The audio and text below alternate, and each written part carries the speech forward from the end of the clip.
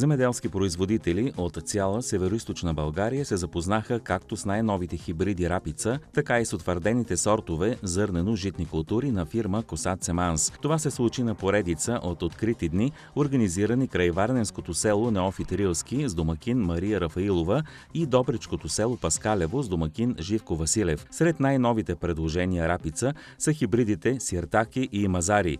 През миналата година по време на изпитване те са дали съответно 430 и 380 кг от декар. Имат висока масленост, около 47-48%.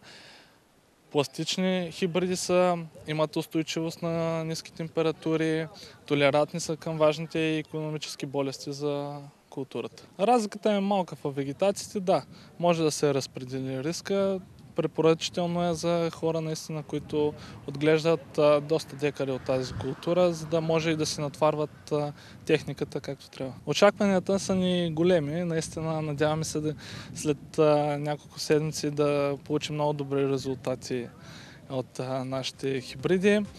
На полето бяха представени така наречените стари войни, хибридите рапица, трипти и базалти, които са добре познати на фермерите. За пореден път Косат Семанс излиза с изненада за фермерите. При закупени 20 турби семена от хибрида Сиртаки за 500 декара се печели ваучер за почивка в Гърция през октомври. Ако турбите са 40 за 1000 декара от същия хибрид, ваучерите стават 2.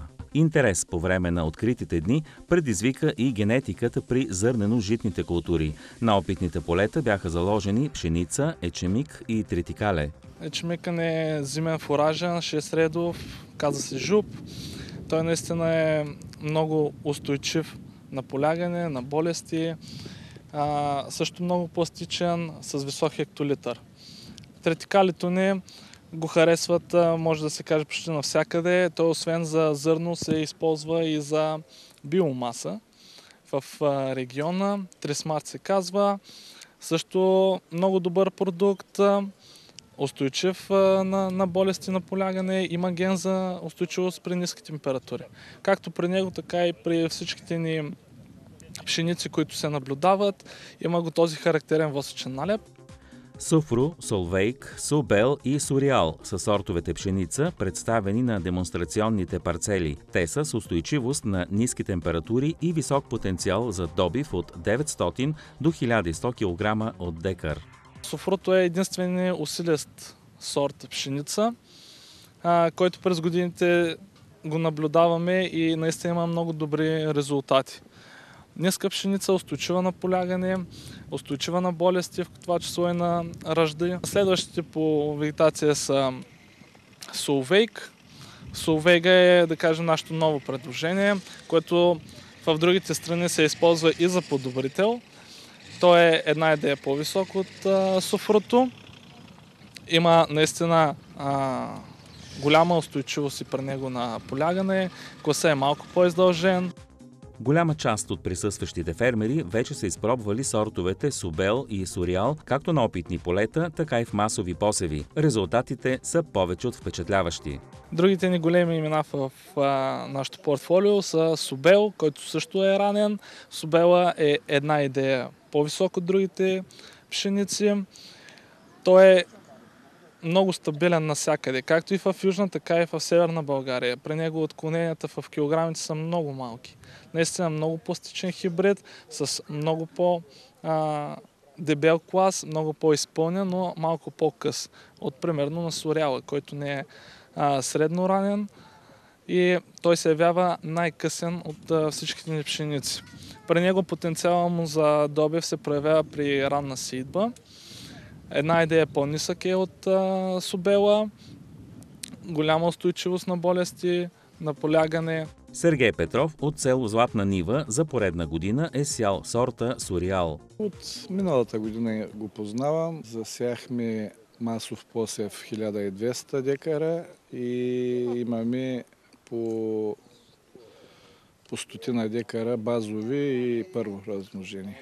Добре изведени опити. Най-вероятно ще изпробваме на нашите полета някои от пшениците Субел и Суриал. Също така ме впечатли Сиртаки. Това е техния хибрид рапица. имаме такива намерения да го изпробваме до година на нашите площи. 2 години подред съм сял сореал, който за мен с една приказка е мерцедеса на пшеницата. Доволен съм много, не поляга, не е податлива така на болести. Миналата година особено беше много трудна година, понеже имаше много дъждови и много ръжди, много мани при нея с минимални разходи за пръскане. Изкарахме добри добиви. Тази година също съм сял. Съм заложил повече на сореал. Едно 80% от площите ми са с сореал и ще продължавам за бъдеще да го сея. През настоящата година Косат Семанс отбелязва 5 години от присъствието си на българския пазар. В чест на 5 годишнината от нашето присъствие на българския пазар, ние отчитаме едни така добри резултати, един добър пазарен дял, добро отношение от нас към фермерите, от фермерите към нас, което е засвидетелствано с увеличение на нашите продажби. Да, ние не сме фирма, която има някакви огромни амбиции, така бързо да навлиза на пазара. Ние сме по-скромни, ние ни казваме, че сме номер 1. Фермерите са тези, които ще кажат кой е номер 1. Щом нашите продукти са по полята на българските фермери, това означава много. Това доверие означава една сигурност в тяхно лице и една благодарност от наша страна. С малки стъпки, но напред. С малки стъпки, бавно и постъпателно и сигурно напред.